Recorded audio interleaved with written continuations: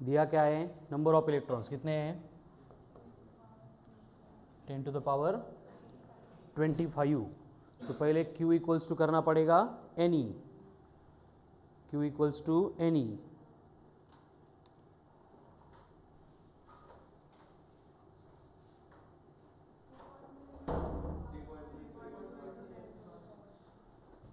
देखो n given है 10 to the power 25, then I equals to in terms of n बोला तो formula होता है NE बाय T, तो n बनेगा 10 की पावर 25, E कितना है 1.6 इंटू 10 की पावर माइनस 19 अपॉन टाइम कितना दिया है 0.5, 0.5 को अपन 1/2 लिख सकते हैं, तो 1/1/2 है, ऊपर जाके वो मल्टीप्लाई हो जाएगा 2 बनेगा, तो ये 1.6 इंटू 2 बनेगा 3.2 plus 19 sorry plus 25 minus 19 plus 6 ampere, ये हो गया current flowing through the given conductor. ठीक है, तो इलेक्ट्रिक करंट इंट्रोड्यूस किया था इन टर्म्स ऑफ n बोला तो NE बाय T होगा। ठीक है, उसके बाद में नेक्स्ट पॉइंट देखा था electric current induced by revolving electron या फिर चार्जेस अलोंग सर्कुलर पाथ, कितना होता है E अपॉन कैपिटल T अगर पीरियोडिक टाइम गिवन है तो। ठीक है, देन EV इक्वल्स टू अगर वेलोसिटी एंड रेडियस गिवन है तो, देन Q ओमेगा अपॉन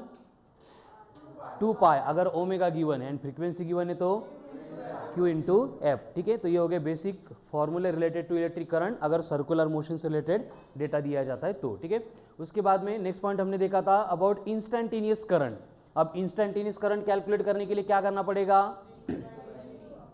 जो भी चार्ज का एक्सप्रेशन दिया जाता है 2t² माइनस 2t प्लस 10, इसको क्या करना है हमें डिफरेंशिएट करना है so that we can find the instantaneous current. So करो find current at 5th second, 5th second क्या होगा, पहले इसको डिफरेंशिएट करना पड़ेगा, डिफरेंशिएशन आएगा 4t माइनस 2, अब t कितना है 5, 5 इंटू 4 20 माइनस 2 मतलब 18 एम्पियर। इस तरह से हम क्या करते हैं इंस्टेंटेनियस करंट फाइंड करते हैं। ठीक है, एंड उसके बाद में हमने देखा था कि सेम कंसेप्ट को अप्लाई करेंगे तो अगर हमें ग्राफ गिवन है करंट वर्सेस टाइम का तो क्या निकालना है इसका area under the curve, and अगर ग्राफ दिया जाता है चार्ज वर्सेस टाइम का तो क्या निकालना है इसका स्लोप, स्लोप यानी कौन tan थीटा, तो वो क्या प्रोवाइड करेगा, क्या प्रोवाइड करेगा चार्ज, ये Q वर्सेस T का स्लोप क्या प्रोवाइड करेगा करंट, इलेक्ट्रिक करंट। ठीक है, तो ये बेसिक पॉइंट्स होने के बाद नेक्स्ट पार्ट का डिस्कशन शुरू किया था दैट इज ड्रिफ्ट वेलोसिटी। अब ड्रिफ्ट वेलोसिटी को पढ़ने के लिए हमने पहले देखा था कि मटेरियल के 3 टाइप्स होते हैं, कौन से कंडक्टर्स, इंसुलेटर्स एंड सेमीकंडक्टर। ये किसके ऊपर डिपेंड करता है, प्रेजेंस ऑफ फ्री इलेक्ट्रॉन्स। अगर free electron very large number में प्रेजेंट है तो कंडक्टर है ही नहीं तो है लेकिन कुछ काम के नहीं, मतलब मॉडरेट है तो सेमीकंडक्टर। अब ये किसके ऊपर डिपेंड करेगा, फ्री इलेक्ट्रॉन होते या नहीं होते हैं, एनर्जी गैप के ऊपर। अगर एनर्जी गैप कंसिडरेबल है, बहुत लार्ज है तो इंसुलेटर, क्योंकि वैलेंस बैंड का इलेक्ट्रॉन जंप करके कंडक्शन बैंड में नहीं आएगा, मतलब वो फ्री नहीं होगा। लेकिन कंडक्टर की केस में क्या होता है, ये दोनों बैंड एक दूसरे के ऊपर ओवरलैप करते हैं या फिर उनके बिटवीन का जो सेपरेशन है वो ऑलमोस्ट नेग्लिजिबल होता है, इसलिए इजीली वैलेंस बैंड के इलेक्ट्रॉन कंडक्शन बैंड में एंटर करते हैं। ठीक है, तो कंडक्टर की केस में क्या होगा, फ्री इलेक्ट्रॉन प्रेजेंट रहेंगे इन लार्ज नंबर। लेकिन इंसुलेटर में क्या होता है, ये जो एनर्जी गैप है ये मॉडरेट होता है, मतलब कंडक्टर से ज़्यादा एंड इंसुलेटर से कम। इसलिए क्या होता है कि एकदम मिनिमम थोड़े नंबर ऑफ इलेक्ट्रॉन जो है वो वैलेंस बैंड में से जंप करके कंडक्शन बैंड में एंटर करेंगे। ठीक है, उसके बाद में हम फिर से कंडक्टर के ऊपर आ गए और हमने देखा कि कंडक्टर के सरफेस के ऊपर जो कंडक्शन बैंड में इलेक्ट्रॉन्स होते हैं जिनको हमने फ्री इलेक्ट्रॉन बोला था, they are most energetic electron, क्योंकि ऑर्बिट नंबर बढ़ने से एनर्जी बढ़ती है। इसका मतलब जो इलेक्ट्रॉन फ्री हो गए उनकी एनर्जी सबसे ज़्यादा होती है। अब ये हाईली एनर्जेटिक इलेक्ट्रॉन क्या करते हैं, उनकी जो टोटल अमाउंट ऑफ एनर्जी होती है उसको काइनेटिक एनर्जी में कन्वर्ट करते हैं। एंड जब तक कंडक्टर के सरफेस के टर्मिनल के अक्रॉस हम पोटेंशियल डिफरेंस प्रोवाइड नहीं करेंगे तब तक क्या करते हैं, रैंडम मोशन परफॉर्म करते हैं with tremendously high velocities in the range of 10 to the power 3 metre per second.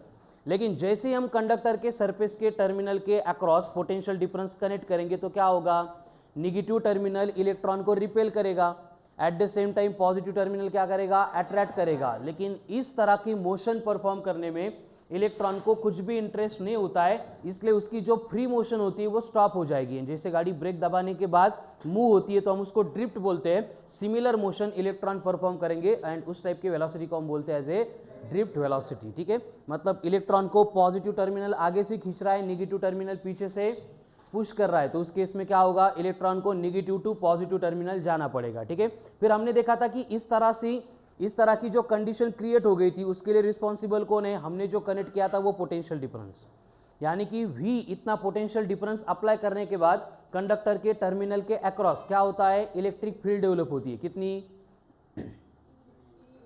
E that is equals to V upon D या फिर V upon L, where L is the length of conductor. ठीक है, and इस electric field में free electron क्या experience करते हैं, force कितना होता है, F equals to Q into E, and by virtue of that force electron will get accelerated and that acceleration is given by, actual में QE बाय M है, लेकिन यहाँ पे डिस्कशन सिर्फ इलेक्ट्रॉन का चल रहा है, इसलिए एक्सेलरेशन कितना मिला था, small e into capital E upon M।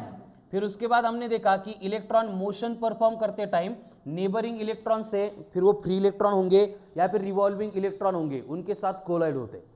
फिर दो सक्सेसिव कोलिजन के बिटवीन जो टाइम इंटरवल होता है उसको बोला था रिलैक्सेशन टाइम। क्या बोला था, रिलैक्सेशन टाइम। एंड दो कोलिजन के बिटवीन जो डिस्टेंस ट्रैवल करता है इलेक्ट्रॉन उसको बोला था फ्री पाथ। ठीक है, फिर काइनेमेटिकल इक्वेशन अप्लाई किया, V equal to U plus, but U तो इनिशियली रेस्ट में कंसीडर कर रहे हैं क्योंकि इलेक्ट्रिक फील्ड की डायरेक्शन में वो ट्रैवल नहीं कर रहे थे, इसलिए हमें ड्रिफ्ट वेलोसिटी के लिए रिलेशन मिल गया, small e into capital E upon M into T।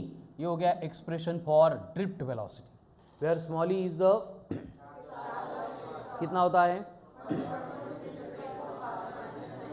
E का मतलब वो कितनी होती है, डिपेंड करेगा हम कितना पोटेंशियल डिफरेंस प्रोवाइड कर रहे हैं। ठीक है, then M is the electron कितना है,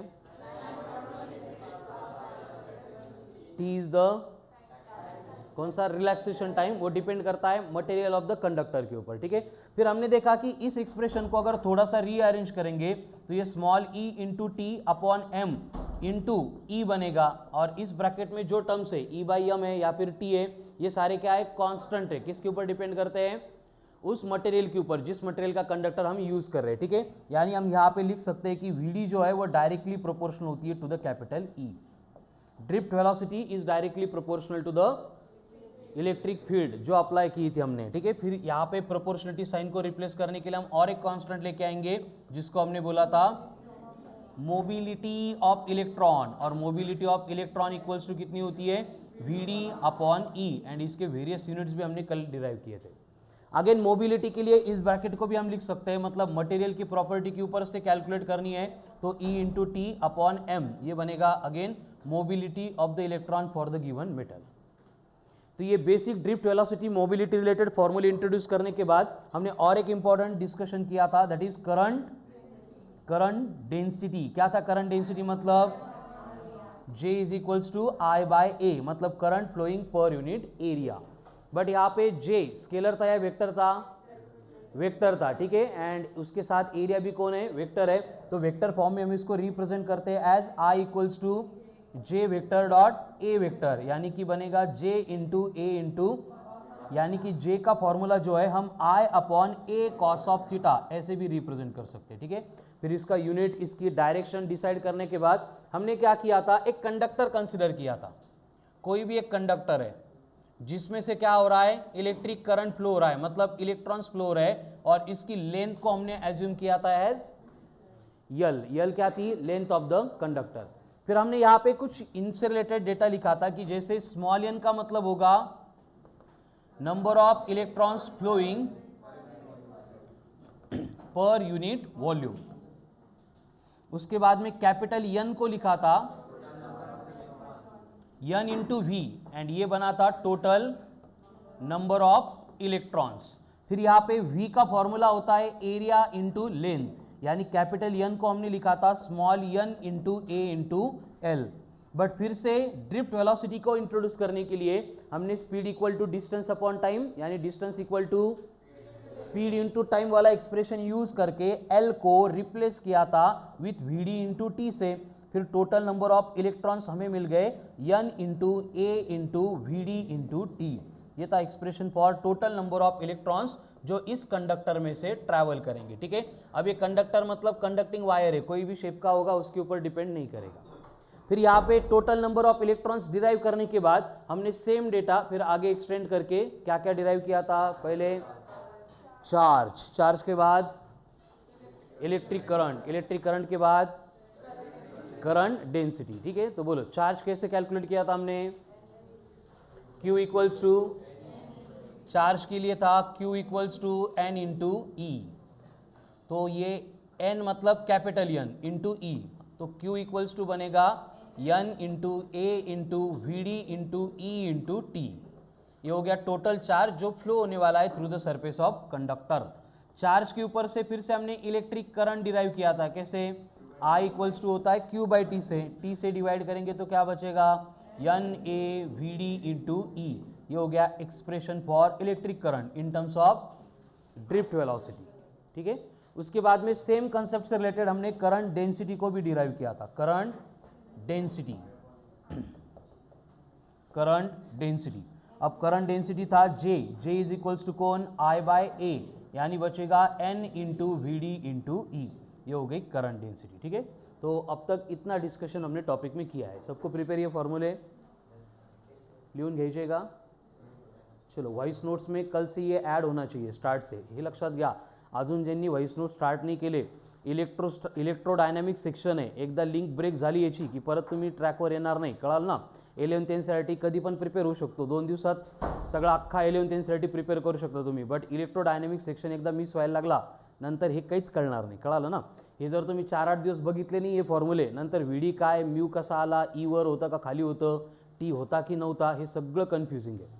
काही लोकांनी परत स्टार्ट केलं, इनिशिएटिव्ह घेतला आहे, बट बाकीचे तसेच रिलॅक्स आहे। लक्षात घ्या, टेस्ट सिरीजमध्ये कळालं कसं होतं, मग जग सुना असाच जग सुना आपल्या फायनल एक्झाम नंतर पण होऊ शकतो। तो होऊ नये असं वाटत असेल तर ॲटलिस्ट आतापासून प्रिपेअर करायला लागा, कळालं ना। मी सांगितलं 11th NCERT कधी पण प्रिपेअर होऊ शकतो, that is not big deal.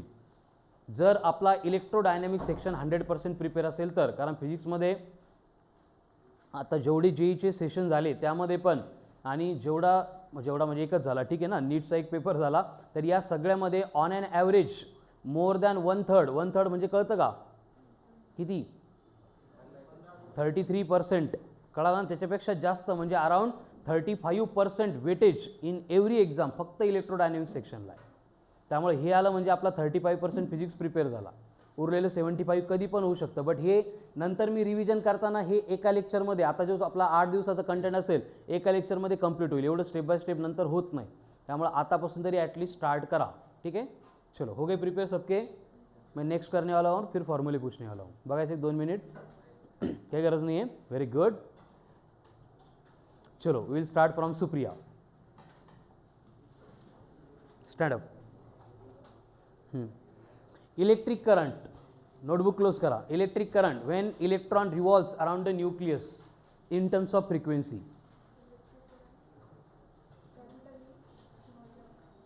Capital E small E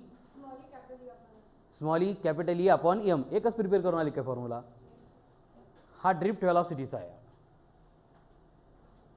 Pranita Kathar, current density in terms of drift velocity, in terms of drift velocity, in terms of drift velocity.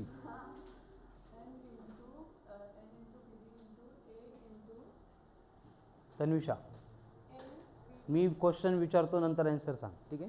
Drift velocity in terms of electric field,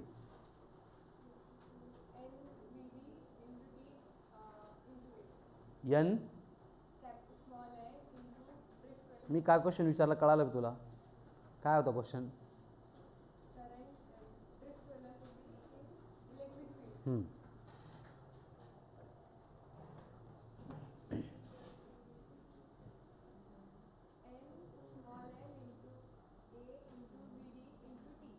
व्हीडी cut, तू व्हीडी equals to सांगतेस ना, मग N into A into VD, मग VD cut, काय राहिलं 1 equals to N into A into T. Kareena stand up. Electric current क्या होता है, अरे electric current electric current. Mayur तू लेक्चर झाले भेट जरा आज. फॉर्म्युला सांग. V by A. Very good. What is V? Potential difference. And A? Area. असा कोणता फॉर्म्युला डिराईव्ह केला आणि कधी केला तू हा बेटा? चलो Shruti. Stand up. Drift velocity. Small E capital E upon M. Very good. Mobility.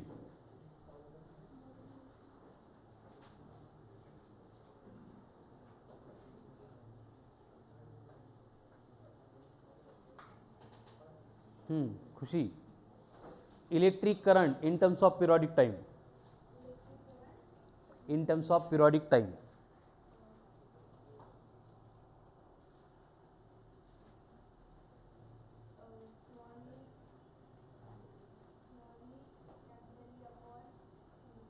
मी काय विचारलं? Electric current in terms of periodic time. तुम्ही क्वेश्चन नुसार आन्सर द्या बेटा. जे आपलं प्रिपेअर झाले ते सांगू नका. Sakshi. Drift velocity in terms of नाही current density in terms of drift velocity. Current in terms of drift velocity. Very good. Mobility. Alternate formula मोबिलिटीचा.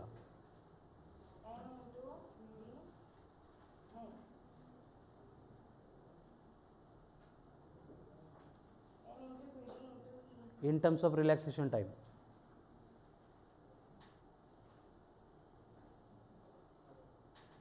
Sanobar. Electric current. Q by T ना electric current. V by A कुठून आणला? Very good. Electric current in terms of drift velocity.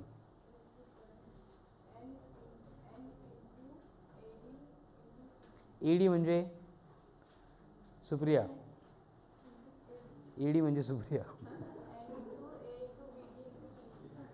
N into A into V D into T.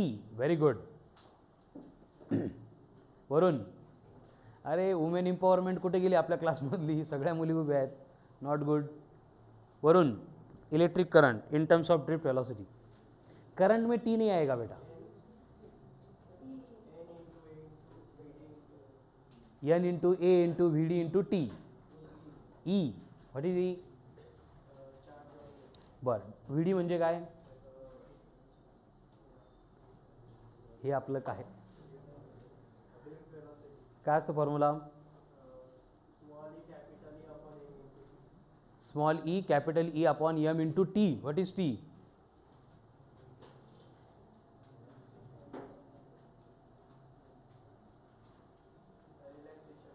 काय असतो relaxation time?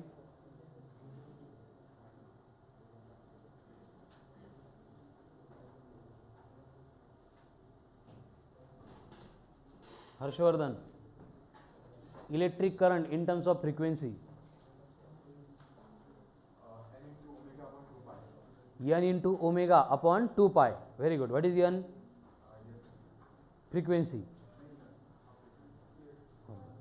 n into omega. Omega 2 pi n. n into omega upon 2 pi. 2 pi 2 pi cut. n into n n square. हे कोणता formula आणला तू? I equals to n square. Tejas. Drift velocity.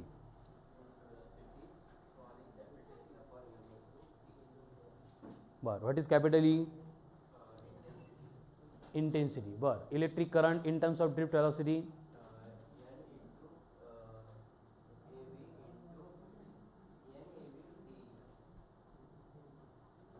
झालं का? D नंतर काही नाही आहे. असेल ना काहीतरी? नाही. व्ही डी नंतर काय? ई. Very good. म्हटला होता का? V D E. करेक्ट आहे. Sit down. Hari. Electric current. बसा. हां. Q by T. Electric current. Electric current Q by T आहे. मग इलेक्ट्रिक चार्ज काय आहे?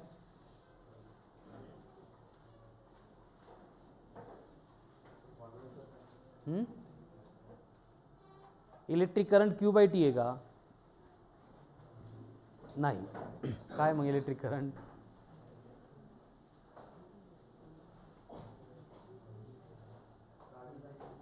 Charge into time. Very good. असं नाही बेटा, तुझं बरोबर होतं. पण आपला कॉन्फिडन्स पण असला पाहिजे ना.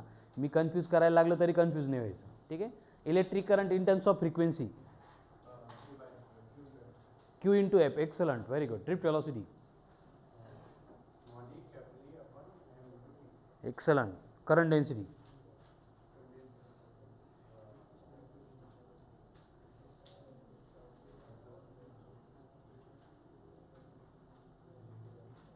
Current density.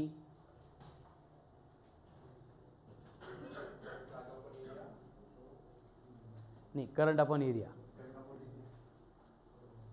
ठीक आहे, व्हेरी गुड. Sit down. बरोबर आहे, तेवढंच आहे. करंट अपॉन एरिया एवढंच फॉर्म्युला आहे. Sit down. Bhosale, what is current?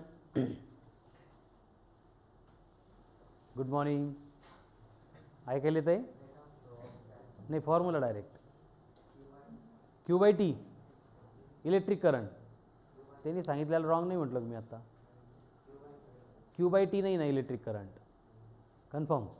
बरं. Drift velocity. स्मॉल ए म्हणजे ॲपल. स्मॉल ए म्हणजे काय? तो ई होता ना बेटा, एलिफंटचा ई. स्मॉल ई होता ना, का ए होता? एच ना. अरे एवढा पण कॉन्फिडन्स नको. ए नव्हता, तो ईच होता. काय होता सगळे सांगा? ए का ई? आता त्यांच्यावर तरी विश्वास ठेव. ई होता. काय होता? ई. सांग परत. Drift velocity. अरे बरं. Small E charge on electron. What is M? झालं का? ड्रिफ्ट वेलोसिटी एवढंच आहे. Small E capital E upon M into T. Sit down. Vishal, drift velocity.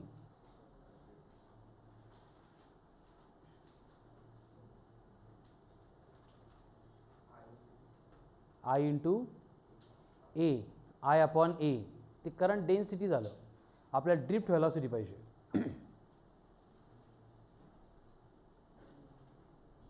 बरं. Sit down. Yash, electric current Q by T. Electric current in terms of frequency. Electric current in terms of omega.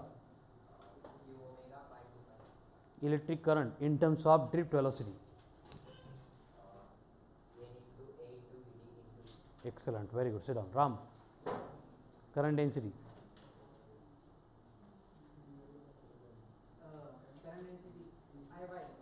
Current density in terms of drift velocity.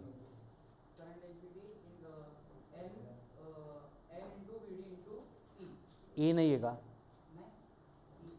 I bye ए में ए क्या हो गया? Cut हो गया. सुनो, ए cut हो गया करंट डेंसिटी में. ठीक है ना. ए नहीं बोला था. ए कहाँ पे? करंट में. सिक्वेन्स लक्षात ठेवायचं. पहिले कोण? Capital N. सांग Ram. Capital N. Number of electrons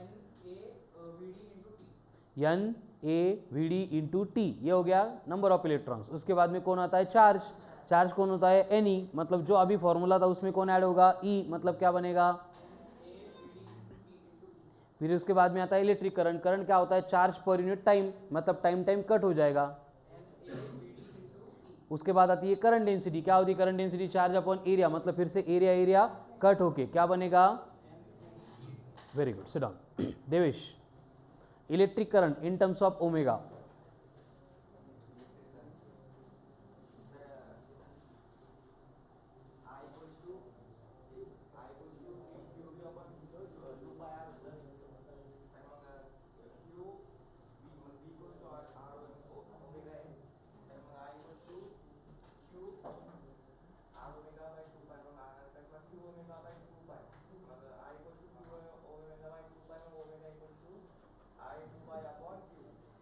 mug formula काय आला?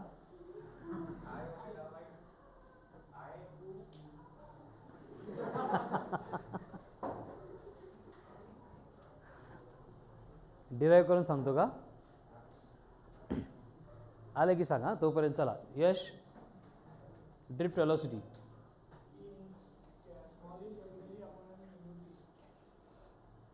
बरं. Current in terms of drift velocity.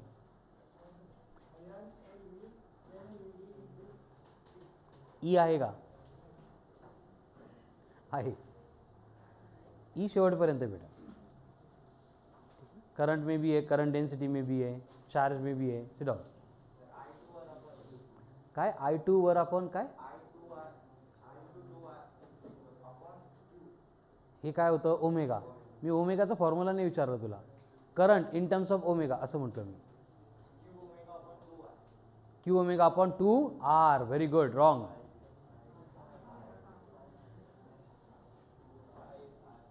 बसून कट कर बेटा. पाय पाय कट. 2 पाय हेच म्हटला होता का? गुड. Very good. असं गडबड का झाली? कारण प्रिपेअर करून नाही आला. चलो. Drift velocity.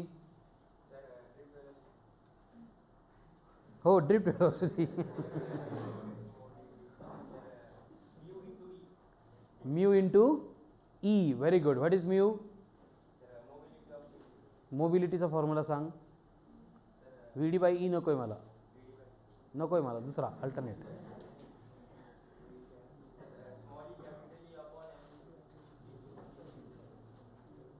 म्हणजे तू हाताने अवघड करून टाकतोय.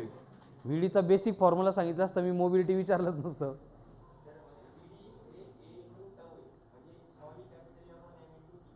नाही, मला मोबिलिटी पाहिजे. तो सोडून दुसरा फॉर्म्युला पाहिजे. ई कुठला? स्मॉल की capital? Very good. Excellent. Sit down. Mayur, current in terms of periodic time.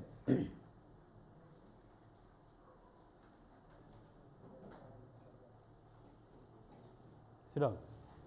प्रतीक, झाले प्रिपेअर? Drift velocity. बर. मोबिलिटी. ड्रिफ्ट व्हेलॉसिटी नाही, current in terms of drift velocity.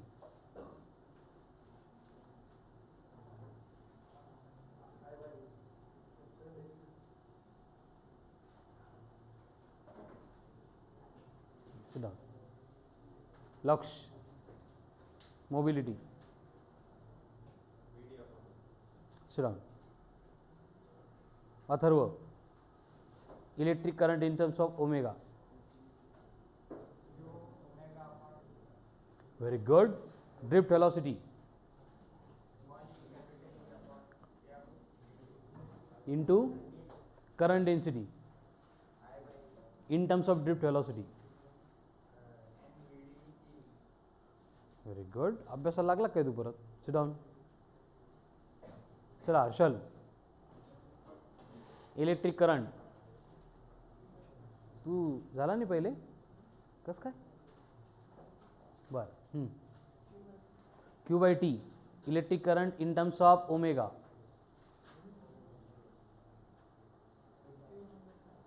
Q omega 2 pi R. परत Q omega into 2 pi upon म्हणायचं मग upon 2 pi. Very good. Sit down. चला Harshal Tambe. Q charge नाही. Sit down. Vaibhav, drift velocity multiplied by T. Very good. Into म्हटलं तरी चालेल ना. Then current density in terms of drift velocity. Sit down. Ajinkya, current density in terms of drift velocity. N into V D into E. बरं. Very good. Sit down. Sumit, mobility.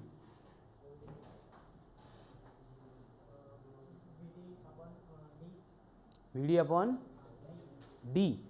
D म्हणजे capital D म्हणजे मोठ्याने सांगणार जरा. भगत, sit down बेटा. भगत तू नव्हताच. युवराज केला अभ्यास? चला, current, electric current, Q by T. Drift velocity,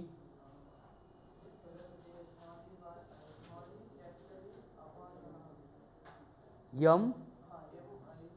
Very good. Sit down, Karthik. Current density,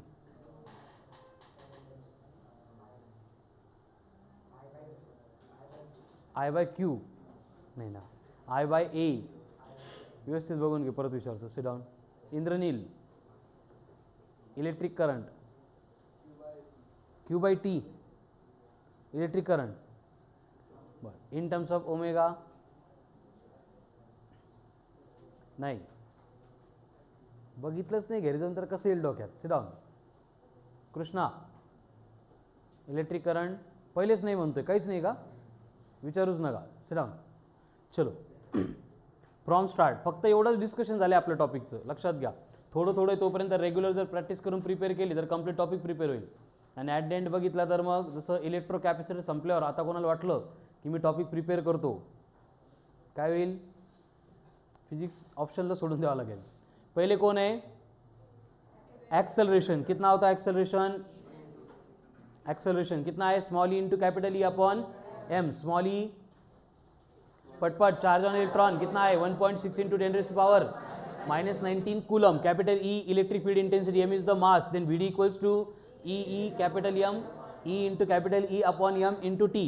उसके ऊपर से फिर से V D proportional to E है तो V D equals to mu equals to V D upon E, म्हणजेच mu equals to E T by, then current density J equals to I by A. Vector form में I equals to J vector dot A vector. ठीक है. उसके बाद में आता है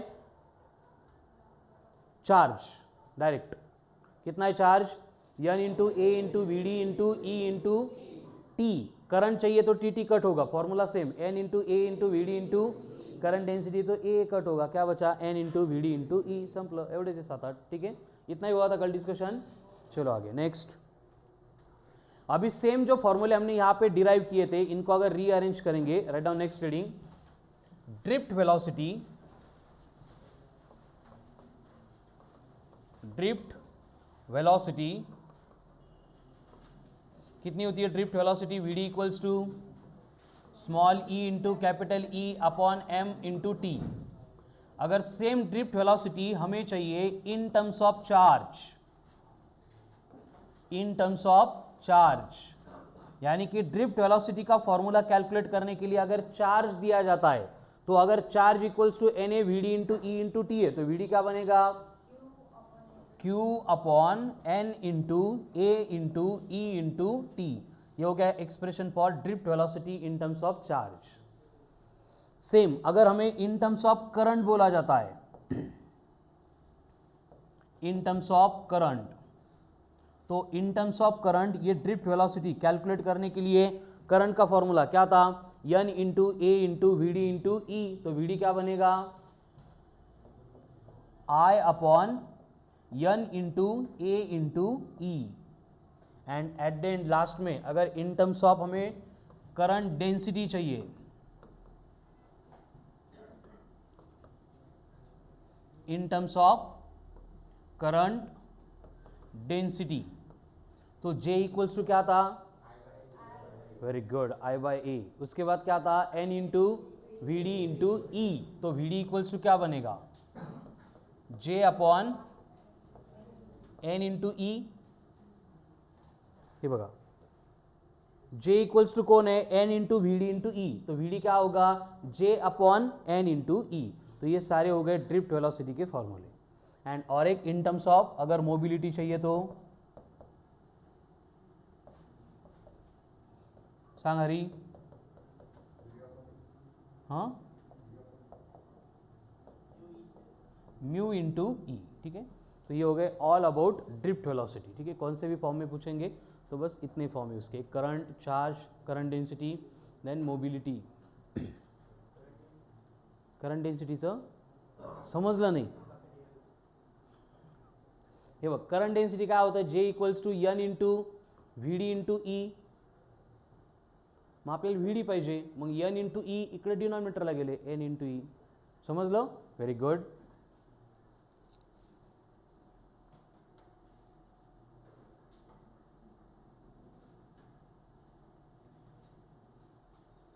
चलो हो गया।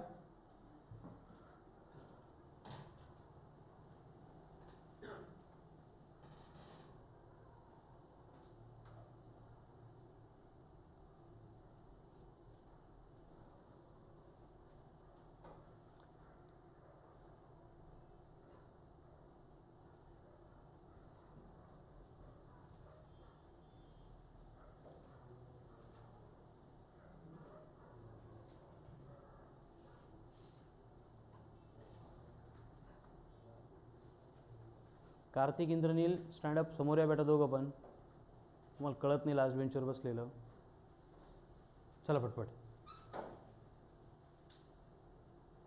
आले का? चलो अब देखो, इलेक्ट्रिक करंट का हमने जो फॉर्मूला यूज किया था, साक्षी क्या होता है in terms of drift velocity electric current?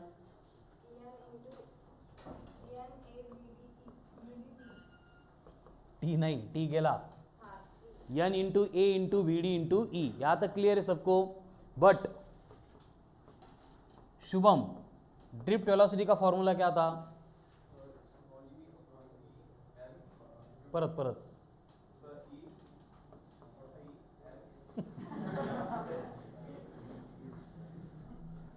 क्या था? स्मॉल ई मोटा E upon M into T, ठीक है। हम यहाँ पे क्या करेंगे, एक छोटी सी एडजस्टमेंट करेंगे, सिट डाउन।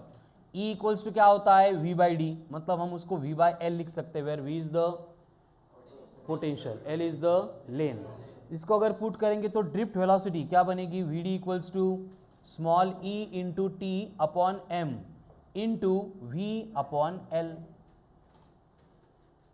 क्लियर यहाँ तक?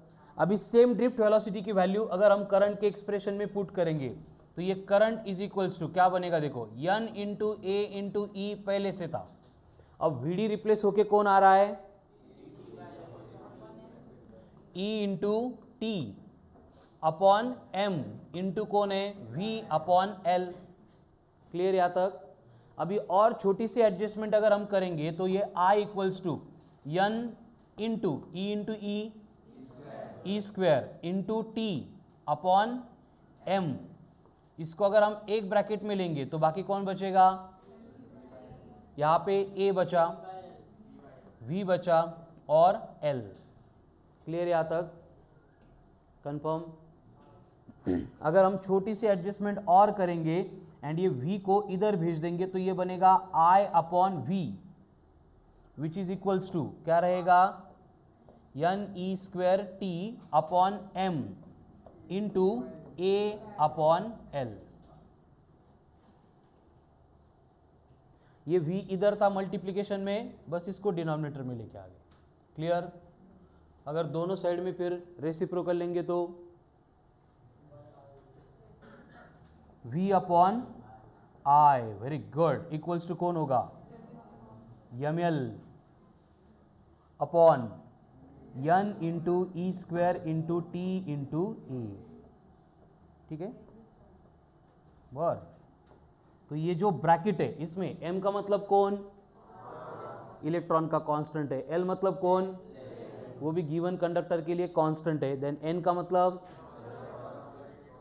Very good, number of electrons पर यूनिट वॉल्यूम, वो भी कांस्टेंट है। e का मतलब कांस्टेंट है। e का मतलब, t का मतलब रिलैक्सेशन टाइम, वो भी कांस्टेंट है। a का मतलब, यानी कि पूरा का पूरा ब्रैकेट क्या है? कांस्टेंट है। एंड ये v upon I equals to, अगर कांस्टेंट है तो हम यहाँ पे लिख सकते हैं कि v is equals to I into constant. And हमें मालूम है कि कांस्टेंट एंड इक्वल टू को अगर रिप्लेस करेंगे तो रिलेशन मिलता है v proportional to I, and this is nothing but Ohm's law. आठवतं का ओहम्स लॉ? क्या था? इफ फिजिकल, नहीं ते फॉर्मूला नहीं, स्टेटमेंट क्या था? If physical state of the conductor remains same. Physical state मतलब कौन? Material, dimensions and temperature. Dimensions म्हणजे एरिया एंड लेंथ, उसके बाद में कौन? टेम्परेचर। इसको अगर कांस्टेंट रखेंगे तो current flowing through the conductor is directly proportional to the potential difference applied across the conductors, that is v proportional to i। फिर यहाँ पे हम कांस्टेंट लेके आएंगे एंड उस कांस्टेंट को बोला जाएगा R, तो V इक्वल्स टू बन गया I into R, where R का मतलब रेजिस्टेंस, R का मतलब कौन हो गया, resistance, constant of proportionality, R का मतलब कौन, resistance, denoted by R, given by R equals to V by I, लेकिन एक्चुअल में R का मतलब कौन है, ml upon N square T into A, M into L upon N E square T into A, ये हो गया expression for electric current. अब सॉरी इलेक्ट्रिक रेजिस्टेंस, अब रेजिस्टेंस का ऐसा यूनिट, V मतलब कौन, वोल्ट पर सनी, वोल्ट पर एम्पियर, एंड वोल्ट पर एम्पियर मतलब कौन, ओहम, इलेक्ट्रिक रेजिस्टेंस इसका यूनिट क्या होता है, ओहम। ठीक है, तो रेजिस्टेंस के दोनों फॉर्मूले देख लो, ये प्रिपेयर करने। ठीक है, R इक्वल्स टू क्या होगा, ml upon N square T A, हे जर बघा पहिल्यापासून सिक्वेन्स असेल तर एकदम सिंपल आहे, डायरेक्ट यही फॉर्म्युला देखेंगे तो ये ml N square T A भयानक कन्फ्युजिंग आहे, काय आलं कुठून आलं कसं आलं काही लॉजिकच नाही लागणार। ठीक आहे, आणि आता कळालं असं वाटत असेल तरी पण हे जर रिवाइज केलं रेग्युलर तर लक्षात राहील, नाही तर एक्सपेरिमेंट करा, पुढच्या ट्यूजडेपर्यंत बघूच नका याला, आणि ट्यूजडेला हे फॉर्म्युले परत बघायचं ट्राय करा, जग सुना सुना क्लियर है, चलो राइट डाउन, क्या लिखी नेक्स्ट रीडिंग, रेजिस्टेंस, रेजिस्टेंस, और रेजिस्टेंस डिराइव करने के लिए शुरुआत कहाँ से की थी, यहाँ से, आता इथं लिहा थोडंफार, electric current in terms of drift velocity is given bye,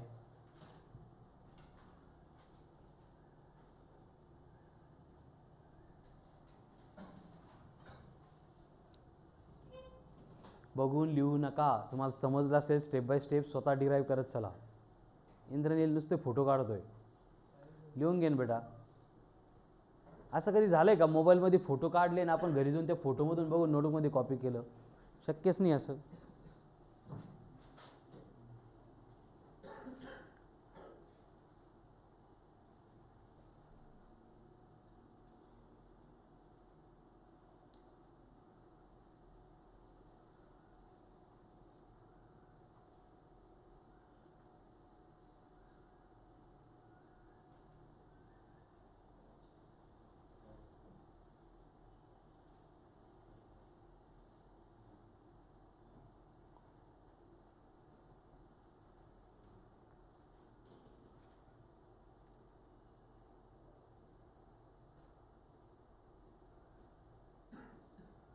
चलो फिनिश्ड,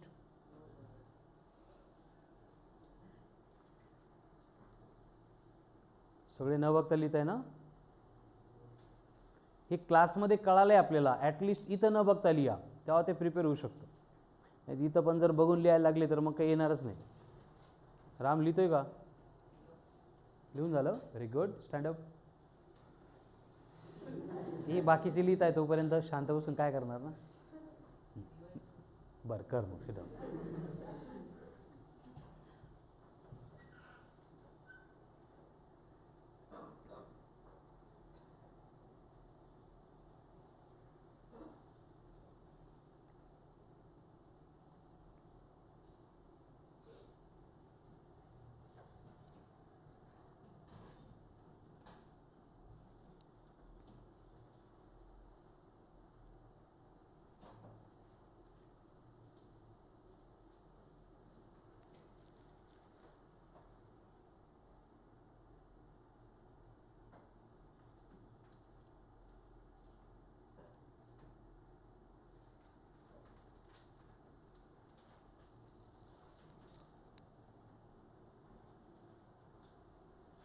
चलो नेक्स्ट, तो रेजिस्टेंस मतलब क्या होता है, समझ में आ गया, क्या होता है रेजिस्टेंस मतलब Devraj,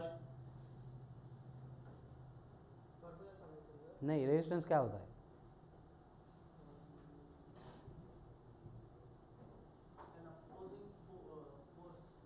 opposite force provided,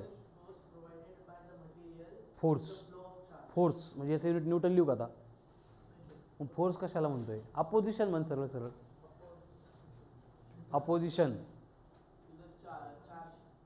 to the charge, नहीं, to the flow of charge provided by, very good. Next, अब यहाँ पे देखो ये जो फॉर्मूला है, अगेन हम इसके ऊपर से आगे कुछ डिराइव करने वाले हैं. V upon I equals to, Ram काय होतं इथं? V अपॉन I न बघता सांगना, ml upon n e square t, म्हणजे असं L अपॉन A ऐसे था. अब यहाँ पे V अपॉन I को हमने क्या बोला है अभी? रेजिस्टेंस बोला, मतलब R बोला. तो R इज इक्वल्स टू क्या हो रहा है? M अपॉन n इंटू ई स्क्वेयर टी इंटू कौन है? L upon A. तो अगर ये L अपॉन A को मैं R के साथ लूंगा तो यहाँ पे जो M अपॉन n इंटू ई स्क्वेयर टी ये वाला ब्रैकेट है, ये रिप्रेजेंट कर रहा है RA बाय L. 9th में था RA by L. Very good. ठीक है, तो ये बन गया एक्सप्रेशन फॉर रेजिस्टिविटी, यानी रो.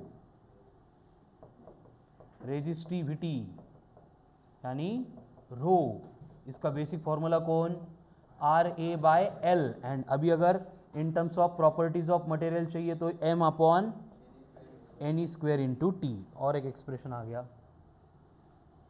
देवेश, देवेश रेजिस्टेंस क्या था? आता विवाह आहे सांगू नको. अरे हो ना.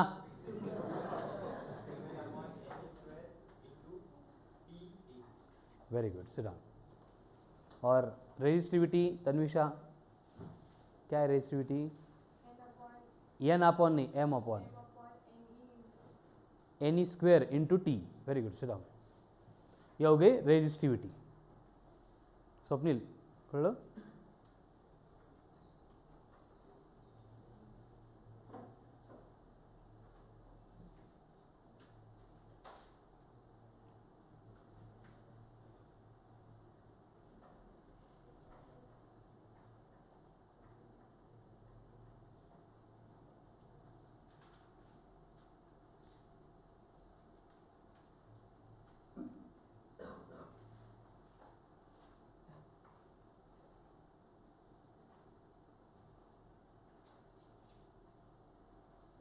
तो रेजिस्टेंस एंड रेजिस्टिविटी दोनों के भी हमने यहाँ पे फॉर्मूले डिराइव कर लिए.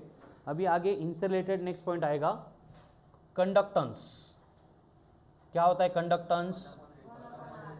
उससे पहले इसका एसआई यूनिट लिख लो. क्या होगा रेजिस्टिविटी का एसआई यूनिट? रो नहीं, ohm into metre. Ohm into metre. क्या होगा? Ohm into metre. कंडक्टेंस मतलब क्या होता है? Right down next reading. Conductance, conductance क्या है? Conductance reciprocal of resistance is called as conductance, denoted by G, given by G equals to 1 upon R. इसका ऐसा यूनिट क्या होगा? 1 अपॉन ओहम, और उसी को हम MHO बोलते हैं, या फिर ओहम रेस टू -1. साइमन नहीं रे, तो गेला. साइमन गो बैक गेला तो. ठीक है, सिमन्स. क्या होता है? सिमन्स.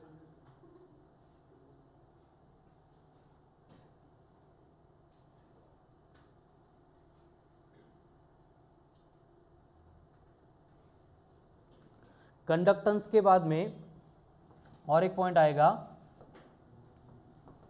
कंडक्टिविटी. क्या होता है कंडक्टिविटी? मतलब reciprocal of resistivity is called as conductivity. Conductivity denoted by sigma, given by sigma equals to 1 upon rho. अब इसका ऐसा यूनिट क्या होगा? सीमेंस पर मीटर का.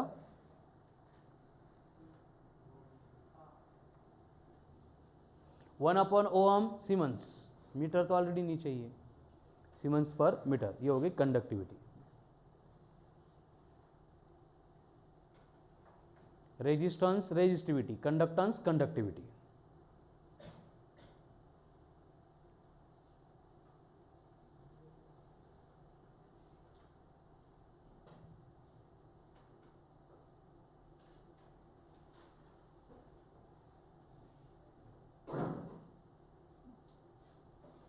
उद्या नोटबुक चेक करणार मी इंद्रनील तुझी. हां, हे सगळं पाहिजे मला. हां, लिहितो पण फोटो पण काढतो, दोन्ही पण. गुड. मोबाईलवरून बघ. समोर या म्हटलं तुम्ही ऐकणारच नाही. हो गया. चलो अब नेक्स्ट पॉइंट मत लिखो, पहले बोर्ड पे ध्यान दो. जे मतलब करंट डेंसिटी. क्या होती current density? I by A. I upon A. But I मतलब कौन? Electric current. अगर V equals to I R है तो I इक्वल्स टू क्या बनेगा? V बाय आर इंटू क्या होगा? 1 अपॉन ए. बट V मतलब कौन होता है? मतलब कौन होता है? नहीं, in terms of electric field. ED मतलब ई इंटू एल, यानी J इक्वल्स टू क्या बनेगा? E into L upon R into A. कळालं इथपर्यंत? अब देखो सिग्मा इक्वल्स टू क्या था? 1 upon rho. Rho equals to कौन था? आर ए अपॉन एल, यानी ये क्या बनेगा? L upon R A, L upon R A. इसको अगर रिप्लेस करेंगे तो J इक्वल्स टू क्या हो गया? Sigma into E. क्या हो गया? J equals to sigma into E. So right on next reading. Ohm's law. हा खरा ओहम्स लॉ आहे. J equal to sigma into E. But आपण स्टडी करायला आणि अप्लाय करायला सोपं असतं म्हणून V equal to I R म्हणतो. कळालं ना? ओहम्स लॉ और relation between J sigma E. Ohm's law or relation between J sigma E.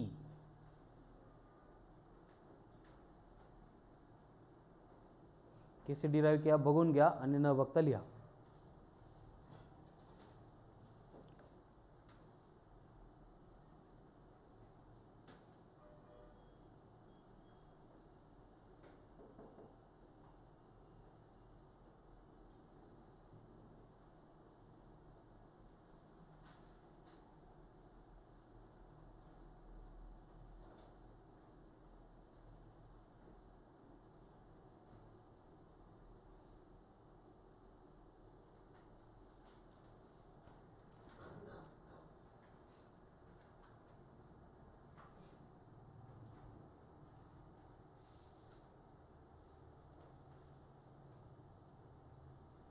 चलेगा? चलो नेक्स्ट. अब देखो अगेन ये J equal to sigma into E होता है. इसको सिंप्लीफाई करके हम V equal to I R derive कर सकते हैं. J इक्वल्स टू कौन? I by A. सिग्मा मतलब कौन? 1 अपॉन रो मतलब कौन? L upon R A into E मतलब कौन? L L. एरिया कैंसल, तो V इक्वल्स टू क्या हो गया? I into R. मतलब एक्चुअल में ये एक्सप्रेशन था जिसके ऊपर से सिंप्लीफाई करके हम V equals to I R बना दे. ठीक है, तो ये हो गया ओम्स लॉ. अभी ओम्स लॉ का स्टेटमेंट लिखना है. लिहिता येईल ना? आत्ता सांगितलं तेच. If physical state of the conductor remains same. या if physical state of the conductor remains same. If physical state of the conductor remains same. Physical state मतलब कौन कौन आएगा? Material, dimensions and temperature. Dimensions में area and length. ऐसे क्यों Atharva? Stand up. क्योंकि resistance का बेसिक फॉर्मूला क्या था? Stand up. Devesh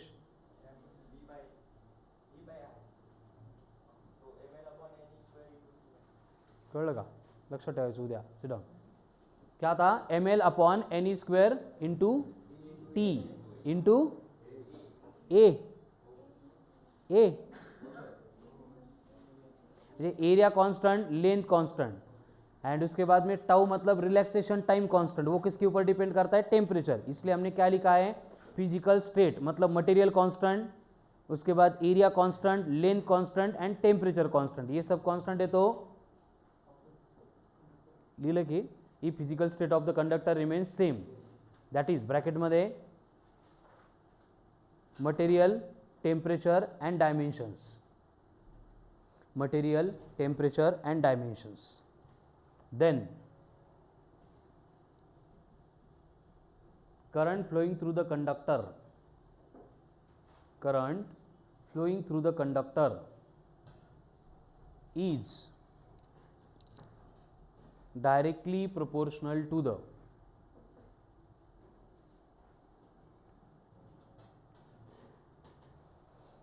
potential difference, directly proportional to the potential difference applied across the conductor,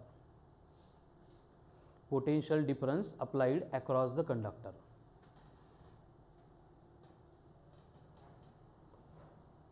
यानी कि V प्रोपोर्शनल टू I, तो ये बनेगा V equals to I into R, where R का मतलब रेजिस्टेंस,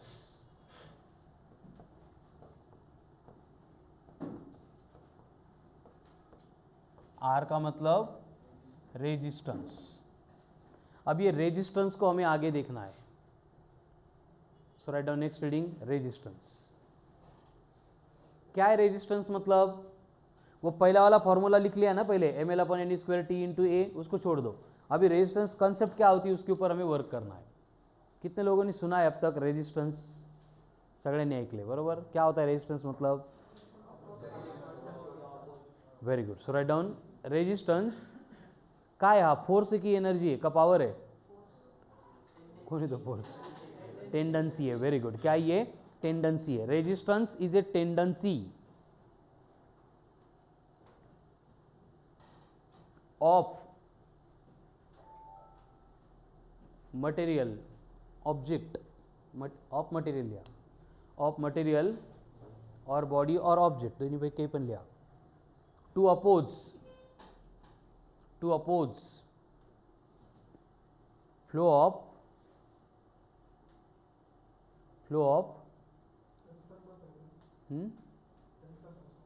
काय? Tungsten, to oppose tungsten. Resistance का? Tungsten metal आहे ना का अलॉय? ते असतो माहिती आहे मला, पण टंगस्टन मेटलिक अलॉय, मेटल आहे, अलॉय मेटल आहे, एलिमेंट. हां, रेजिस्टन्स एक एक्झाम्पल नाही भेटत. रेजिस्टन्स असतो त्याच्यामध्ये. तुला काय म्हणायचं आहे नेमकं? तुला रेजिस्टर म्हणायचं का रेजिस्टन्स म्हणायचं? रेजिस्टन्स आता ती टेंडन्सी आहे, मग तिचं एक्झाम्पल टंगस्टन म्हणजे काय? टंगस्टन नाही येणार ना. टंगस्टनमध्ये असतो असं म्हणू शकतो तू. लाईटमध्ये टंगस्टन असतो बरोबर. मग काय होतं? कमी. हां, व्हेरी गुड. स्वप्नीलचं ऐक. हां, सांग बेटा. बरोबर आहे ना? सांग ना. बरोबर.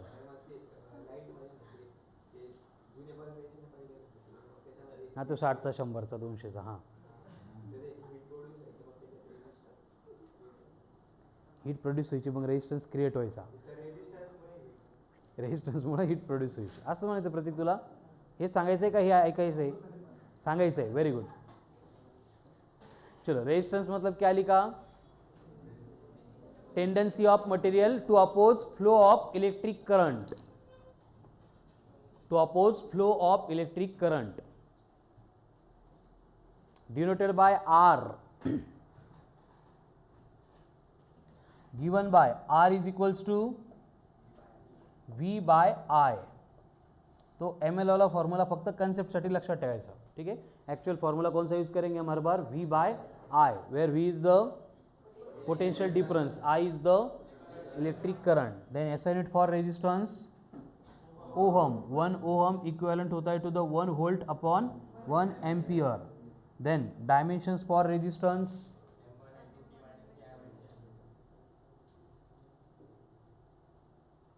डायमेंशंस फॉर रेजिस्टेंस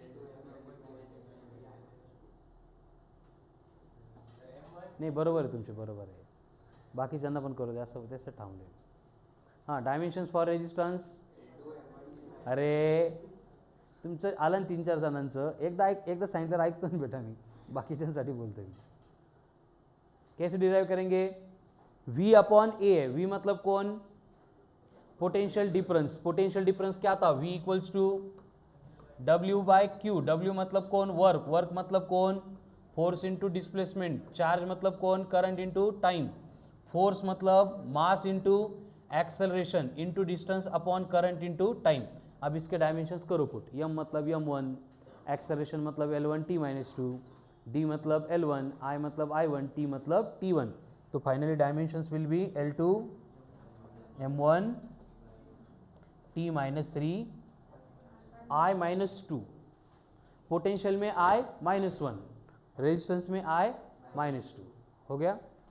आता पुढचा क्वेश्चन, ये रेजिस्टेंस कौन प्रोवाइड करता है, क्या करता है वो तो समझ में आ गया, रेजिस्टेंस कौन करता है,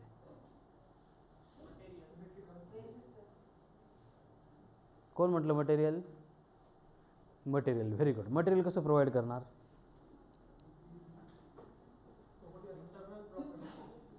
असं म्हणून चालेल का, इंटरनल प्रॉपर्टी म्हणून, आपण इंटरनल किती घुसतोय, आपण न्यूक्लियसपर्यंत घुसतोय, अजून काय इंटरनल राहील त्यात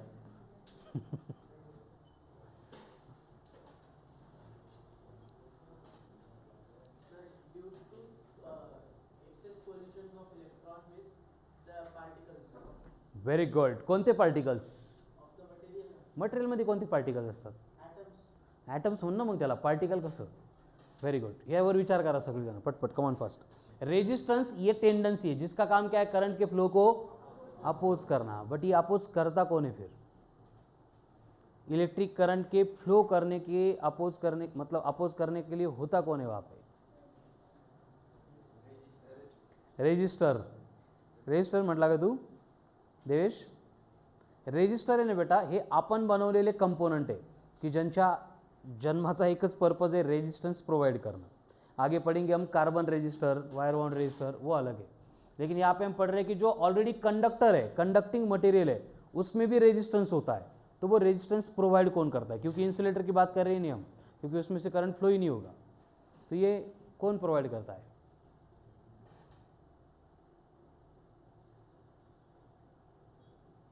बरोबर तुमचं सांगा, विचार करा त्यावर थोडा, रेजिस्टेंस कौन प्रोवाइड करता है,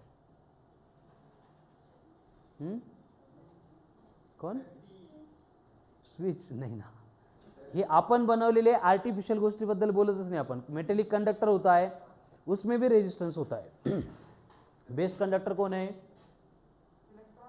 इलेक्ट्रॉन, बेस्ट कंडक्टर सिल्वर, तो सिल्वर में भी रेजिस्टर होता है, रेजिस्टेंस होता है, तो ये रेजिस्टेंस कौन प्रोवाइड करता है इसकी बात चल रही है। हाँ सनी, कुठले इलेक्ट्रॉन्स, कंडक्टरमध्ये दोन टाईपचे इलेक्ट्रॉन असतात, एक फ्री इलेक्ट्रॉन, एक रिव्हॉल्विंग इलेक्ट्रॉन। सर्किटवर गेलोच नाही आपण अजून, आपण फक्त कंडक्टर आहे, कंडक्टरच्या बद्दल डिस्कशन करतोय, रिव्हॉल्विंग इलेक्ट्रॉन मेटल के, बर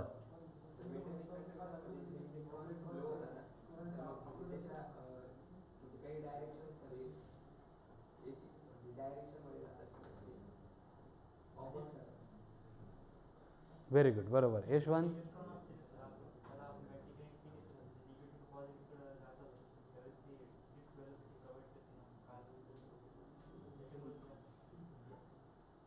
व्हेरी गुड, मला काहीच नाही कळालं बट तरी व्हेरी गुड, बॅटरी आली, ड्रिफ्ट व्हेलॉसिटी आली,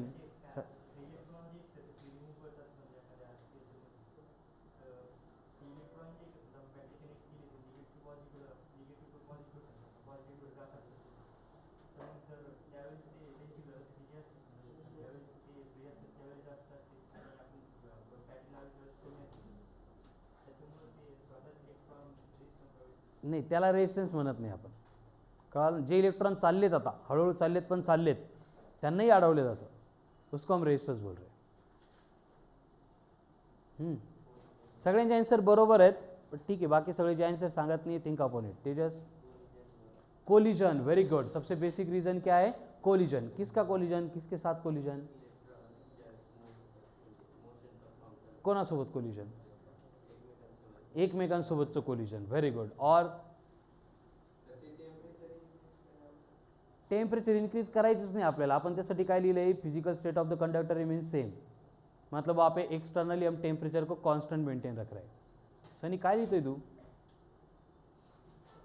अरे आन्सर लिहून घेतोय, देखो एकदम सिंपल बेसिक रीजन है उसका, एंड ये जो एक्सप्लेनेशन हम यहाँ पे देखेंगे उससे रिलेटेड हमारा कल का पॉइंट रहेगा टेम्परेचर कोएफिशिएंट वाला।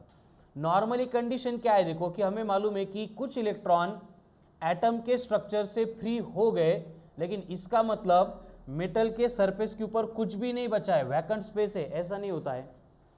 मतलब मेटल को बनाने के लिए जो एटम रिस्पॉन्सिबल है वो एटम तो मेटल के ऊपर होते ही है। इसका मतलब ये न्यूक्लियस, इसके सराउंडिंग में ये रिवॉल्व करने वाले जो इलेक्ट्रॉन्स है ये अपनी जगह पे एज इट इज, जो उनकी प्रोसेस थी उस प्रोसेस के अकॉर्डिंग ये रिवॉल्व करते रहेंगे। सेकंड मध्ये 8 असतात का, थर्ड मध्ये पण 8, ते 18 32 36 काय होत नाही का, 2n² ना, तो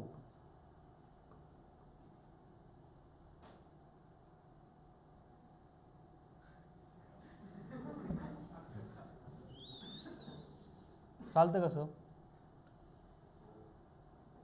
2-4 काढून टाकू, आपल्याला काही स्ट्रक्चर सोबत घेऊन देणं नाही आहे, ठीक आहे, चालतं ना सर. कुठला आयटम आहे हा, chlorine, chlorine, chlorine,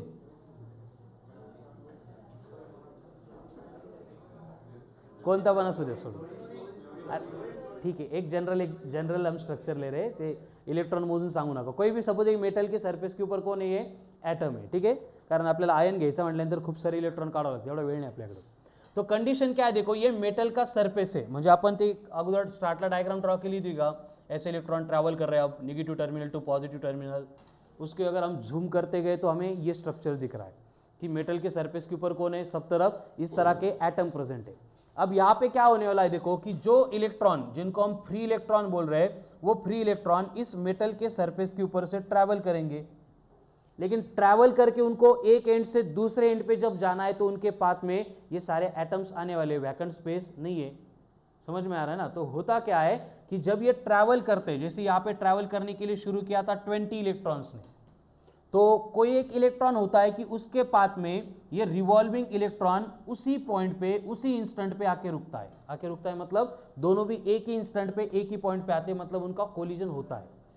practically collide नहीं होते, बट कंडीशन ऐसी होती कि ये जाके इसके ऊपर कोलाइड होगा. लेकिन ये न्यूक्लियर पावर्ड इलेक्ट्रॉन है, हा भारी इलेक्ट्रॉन असतो, याला काही फरक पडत नाही. इसलिए क्या होता है, ये जो जाने वाला इलेक्ट्रॉन था, इस इलेक्ट्रॉन को देख के इसको अपनी मोशन यहीं पे रुकनी पड़ती है. मतलब ये इलेक्ट्रॉन यहाँ पे क्या होता है, स्टॉप होता है. स्टॉप हो गया मतलब काइनेटिक एनर्जी 0 हो गई, बट एनर्जी तो कभी क्रिएट भी नहीं होती है, डिस्ट्रॉय भी नहीं होती है. इसलिए ये क्या करता है, खुद की काइनेटिक एनर्जी हीट के फॉर्म में लिबरेट करता है, छोड़ देता है.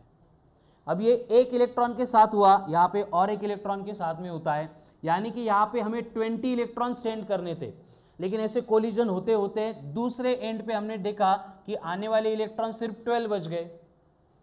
मतलब एक्सपेक्टेड थे 20 इलेक्ट्रॉन्स, आ रहे कितने, 12 इलेक्ट्रॉन्स, यानी इलेक्ट्रॉन के नंबर कम हो गए. अगर इलेक्ट्रॉन के नंबर कम हो गए according to I equals to NE/T, I proportional to N है, यानी कि N कम हो गया तो करंट को भी कम होना पड़ेगा. करंट कम हो रहा है मतलब डिक्रीज हो रहा है, मतलब करंट को अपोज हो रहा है. समझ में आ रहा है. और ये अपोज प्रोवाइड करता कौन है, रिवॉल्विंग इलेक्ट्रॉन, एकदम इनिशियली, स्टार्टिंग में.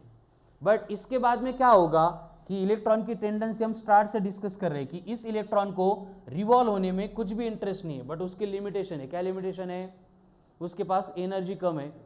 अगर एनर्जी मिल गई तो ये भी क्या करेगा, फ्री इलेक्ट्रॉन की तरह एक्साइट होकर जंप करके फ्री हो जाएगा. अब इसका क्या होता है, देखो यहीं पे ये काइनेटिक एनर्जी जो हीट के फॉर्म में लिबरेट हुई थी, ये इलेक्ट्रॉन उसको गेन करता है. एंड इलेक्ट्रॉन की टेंडेंसी क्या होती है, एक बार एनर्जी मिल गई वो शांत बसत नाही, काय करतात, उड्या मारतात. कल मैंने बोला था कि एक्साइट होने के बाद उनके पास टाइम इंटरवल है, कितना, -9 से -10 सेकंड. उतने टाइम में एक तो फ्री होना है, नहीं तो घर पे वापस आना है. ठीक है, तो ये इलेक्ट्रॉन क्या करते हैं, इस काइनेटिक एनर्जी को गेन करके एक्साइट होते हैं, लेकिन फ्री हो ही नहीं पाते बिकॉज कंडक्शन बैंड बहुत दूर है, इसलिए फिर से वापस आते हैं. फिर से एनर्जी गेन करके फिर से एक्साइट होते हैं, फिर से वापस आते हैं, फिर से एनर्जी गेन करके एक्साइट होते हैं. एंड ये इनकी मोशन इतनी रैपिड होती है, कल टाइम बोला था मैंने -10 सेकंड के रेंज में. एंड यहाँ पे ट्रैवल करने वाले इलेक्ट्रॉन की स्पीड कितनी थी, 0.1 मिलीमीटर पर सेकंड. इसलिए क्या होता है कि ये इलेक्ट्रॉन यहाँ पे वाइब्रेट कर रहा है, उसी तरह से ये पहला वाला इलेक्ट्रॉन ये भी वाइब्रेट करेगा।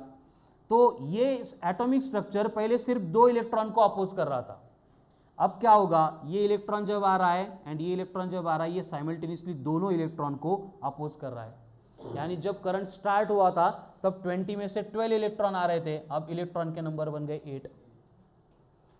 कड़ा लगा? यानी कि एक्सटर्नली हमने टेम्परेचर कांस्टेंट रखा है तो भी क्या होता है, ये इंटरनल रेजिस्टेंस की वजह से टेम्परेचर कंडक्टर का बढ़ता है। मोबाईल, इंटरनेट यूज करा, गेम खेळा आणि सोबत चार्जिंग करा, काय होतं, ब्लास्ट होत नाही लगेच, पण हातात पकडता येत नाही एवढा गरम होतो। कुठून आला एवढा गरम कसा झाला, थकले की इलेक्ट्रॉन पळून पळून ये प्रोसेस हो गई। कोई भी मेटेलिक कंडक्टिंग वायर जो होती है या फिर कोई भी इलेक्ट्रिकल इंस्ट्रूमेंट है, इवन एसी एंड रेफ्रिजरेटर पण ते पण गरम होतात, कळाल ना, उसका रीजन यही है। हम एक्सटर्नली टेम्परेचर को कितना भी कांस्टेंट मेंटेन रखेंगे फिर भी इंटरनली ये कोलिजन की वजह से वहाँ पे क्या होती है, हीट बढ़ती है, एंड हीट बढ़ने से क्या होता है, फिर इलेक्ट्रॉन के नंबर कम फ्लो होते हैं, इसलिए मोबाईल तापला की हँग होतो, कळालं ना, क्योंकि प्रॉपर करंट फ्लो नहीं हो रहा है। याच्यामुळे काय करावं लागतं आपल्याला, इच्छा नसली तरी थोडा वेळ ठेवून द्यावा लागतो बाजूला, ठीक है ना, मग तो थंड होतो आणि मग परत आपली प्रोसेस सुरू होते। तो रेजिस्टेंस कौन प्रोवाइड करता है, समझ में आ गया। तो ये जो कंसेप्ट मैंने यहाँ पे बोली थी यही हमें कल पढ़नी है, जिसमें हम temperature, coefficient of resistance and limitation of Ohm's law दोनों पॉइंट देखेंगे, ठीक है। एंड इससे पहले जितने भी फॉर्मूले हो गए कल प्रिपेयर करके आओ, सेम इंडिविजुअली क्वेश्चन आंसरिंग होगी। एंड आत्ता